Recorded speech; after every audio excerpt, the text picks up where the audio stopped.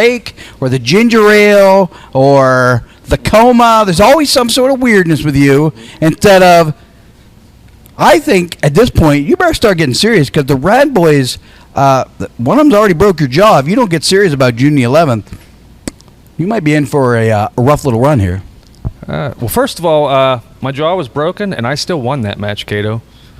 But first of all, I'm going to correct you because you're always out here giving all these people misinformation, telling them that you don't know what a microwave is, telling them that you don't know what pudding is, lying to these good people that this is an Oscar Maverick t-shirt.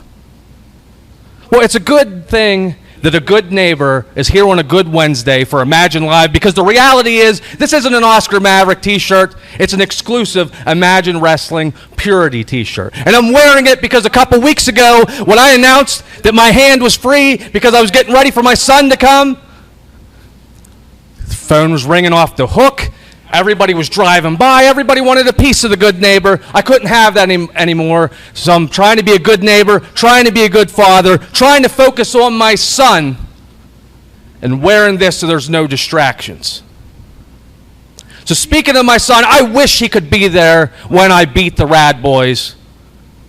But unfortunately, he's not trained yet. He can't be there. But you know who can be there, Cato? The world beater, the gourmet meal, the hungry man himself, Chris Coleman.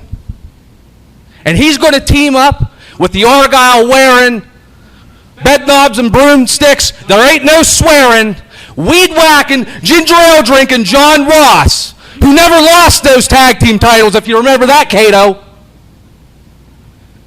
And I am one half of the two that put the 1 and 0 on the winning streak that we're on, and when it comes to June 1-1, you're going to hear the most neighborly catchphrase in wrestling. And it goes something like, oh, no, that ain't it. That ain't it. I promise you that ain't it. Or maybe it's the good neighbors in the...